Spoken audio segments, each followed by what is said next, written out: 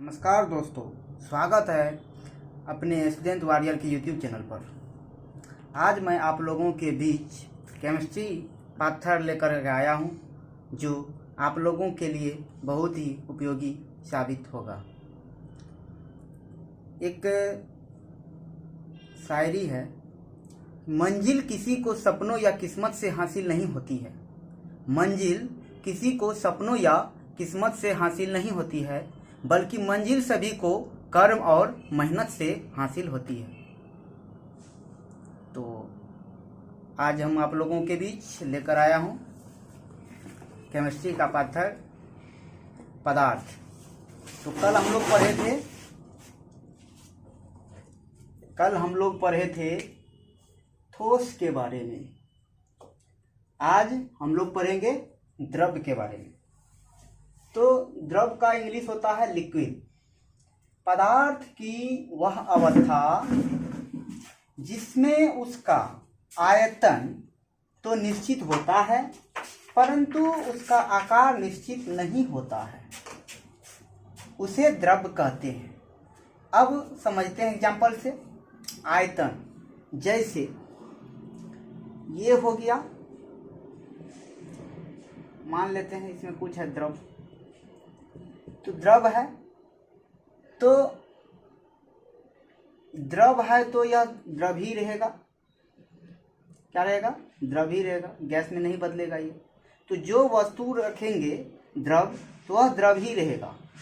मतलब कहने का अर्थ है कि आयतन जो चीज देंगे वो तो मास वही रहेगा, उसमें चेंज नहीं होगा, लेकिन उसका आकार निश्चित नहीं होता है। उसका आकार क्या होता है? निश्चित नहीं होता है। कहने का मतलब ये हुआ कि जैसे ये ग्लास है, तो ग्लास में यदि हम जल रखेंगे, ग्लास में क्या करेंगे? यदि जल को रखेंगे तो वह ग्लास का आकार का हो जाएगा। किस आकार का होगा? ग्लास आकार का हो जाएगा। यदि हम जग में रखेंगे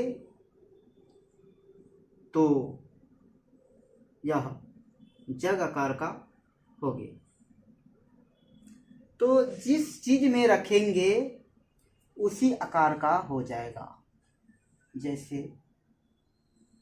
अगर इसमें रख दिए हम द्रव, तो इसी आकार का हो गया।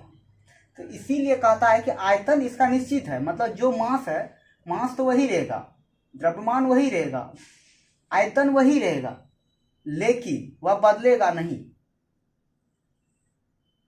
और उसका आकार जो है वह निश्चित नहीं होता है। आकार क्या होता है? निश्चित नहीं होता। देख लिया आप लोग, क्या देखे कि यहाँ पर जो चीज हम रखे, जिस बर्तन में हम लोग द्रव को रखते हैं उसी आकार का हो जाता है। इसीलिए उसका आकार क्या होता है? निश्चित नहीं होता है। अब जो है द्रव में क्या होता है, अणु जो है O और H के बीच में जो बॉन्ड बन रहा है, यह बॉन्ड क्या होता है? यह ठोस के अपेक्षा जो है इसका क्या होता है? कमजोर होता है।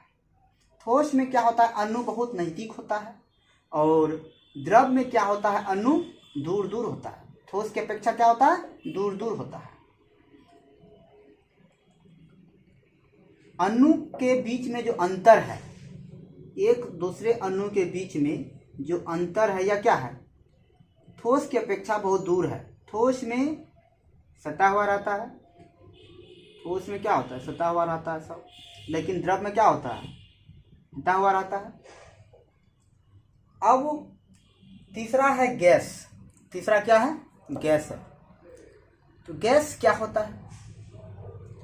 तो कार्बन डाइऑक्साइड क्या है? एक गैस है। तो गैस में क्या होता है कि पदार्थ की वह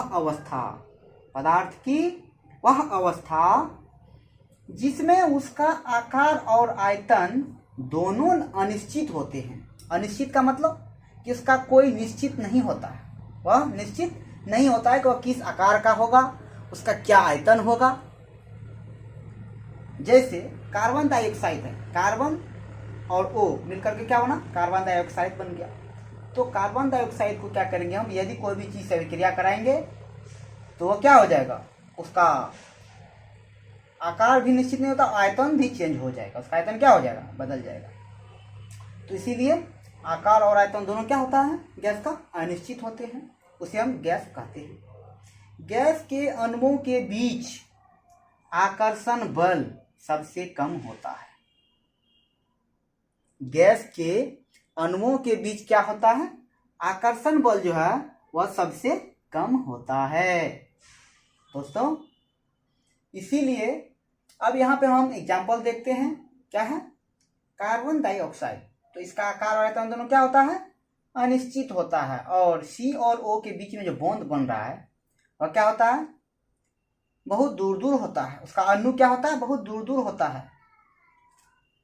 उसको हम क्या कहते हैं, गैस कहते हैं। क्या कहते हैं, गैस। समझ गए। तो ऐसे ही आप लोग मेरे वीडियो को देखते रहिए, लाइक कीजिए, सब्सक्राइब कीजिए।